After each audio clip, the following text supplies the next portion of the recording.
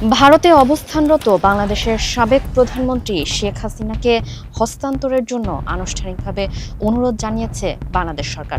ভারত সরকারের পররাষ্ট্র মন্ত্রণালয় গত 17 এপ্রিল নিশ্চিত করেছে যে তারা ঢাকার এই প্রত্যর্পণ অনুরোধটি পর্যালোচনা করছে। বিশ্লেষকদের মতে সরাসরি প্রত্যাখ্যান না করে বিষয়টি পর্যালোচনার ঘোষণা দেওয়া ভারতের পূর্ববর্তী অবস্থান থেকে একটি কৌশলগত পরিবর্তন মাত্র। তবে বিশেষজ্ঞরা উল্লেখ করেছেন এই প্রক্রিয়াগত আলোচনার অর্থ এই নয় যে ভারত এখনই শেখ হাসিনাকে হস্তান্তর করতে প্রস্তুত। 2024 সালের আগস্টে ছাত্র নেতৃত্বাধীন গণঅভ্যুত্থানের মুখে আওয়ামী লীগ সরকারের পতন ঘটলে শেখ হাসিনা ভারতে চলে যান। এর পরবর্তী সময়ে বাংলাদেশের আন্তর্জাতিক অপরাধ ট্রাইব্যুনাল মানবতা বিরোধী অপরাধের অভিযোগে তার অনুপস্থিতিতে তাকে মৃত্যুদণ্ডের আদেশ দেওয়া হয়।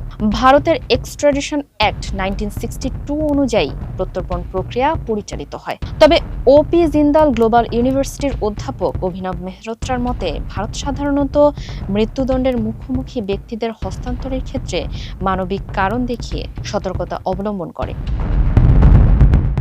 গত 8 এপ্রিল বাংলাদেশের পররাষ্ট্রমন্ত্রী ডক্টর খলিলুর রহমান দিল্লিতে ভারতের পররাষ্ট্রমন্ত্রী এস জয়শঙ্করের সঙ্গে উচ্চ পর্যায়ের বৈঠক করেন।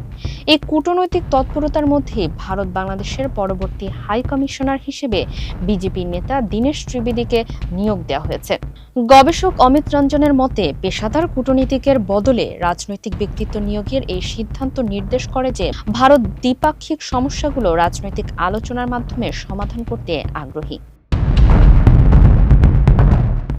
বাংলাদেশের অন্তর্বর্তী সরকারের প্রধান উপদেষ্টা ডক্টর মোহাম্মদ ইউনূস ভারতকে শেখ হাসিনাকে আশ্রয় দেওয়ার জন্য সমালোচনা করেছেন।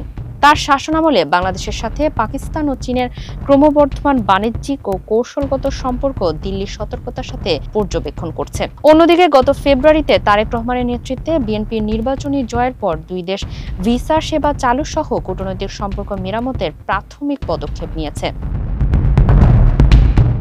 কৌশলগত বিশ্লেষক শান্তি ম্যারিয়েট ডি সুজার মতে ভারতের দীর্ঘমেয়াদী লক্ষ্য আওয়ামী লীগকে পুনরায় সক্রিয় করা। তার মতে শেখ হাসিনাকে ঢাকার কাছে হস্তান্তর করা মানে বাংলাদেশে দলটির রাজনৈতিক অস্তিত্বকে সংকটে ফেলা। যদি ঢাকা ভবিষ্যতে ভারত বিরোধী অবস্থানে ফিরে যায় তবে শেখ হাসিনাকে দিল্লি একটি কৌশলগত সম্পদ হিসেবে ব্যবহার করতে পারে। প্রত্যর্পণ অনুরোধটি ভারতের আদালতে উত্থাপিত হলে শেখ হাসিনা তা চ্যালেঞ্জ করার আইনি অধিকার পাবেন। আদালত যদি হস্তান্তরের পক্ষে রায় দেয় তবুও চূড়ান্ত সিদ্ধান্ত গ্রহণের ক্ষমতা ভারত সরকারের নির্বাহী বিভাগের হাতে ন্যস্ত থাকবে। ফলে শেখ হাসিনার প্রত্যর্পণ ইস্যুটি বর্তমানে আইনি পর্যালোচনার পর্যায়ে থাকলেও এর চূড়ান্ত পরিণতি সম্পূর্ণ রাজনৈতিক সিদ্ধান্তের উপর নির্ভরশীল। ফারিহ আহমেদ, মানবকণ্ঠ।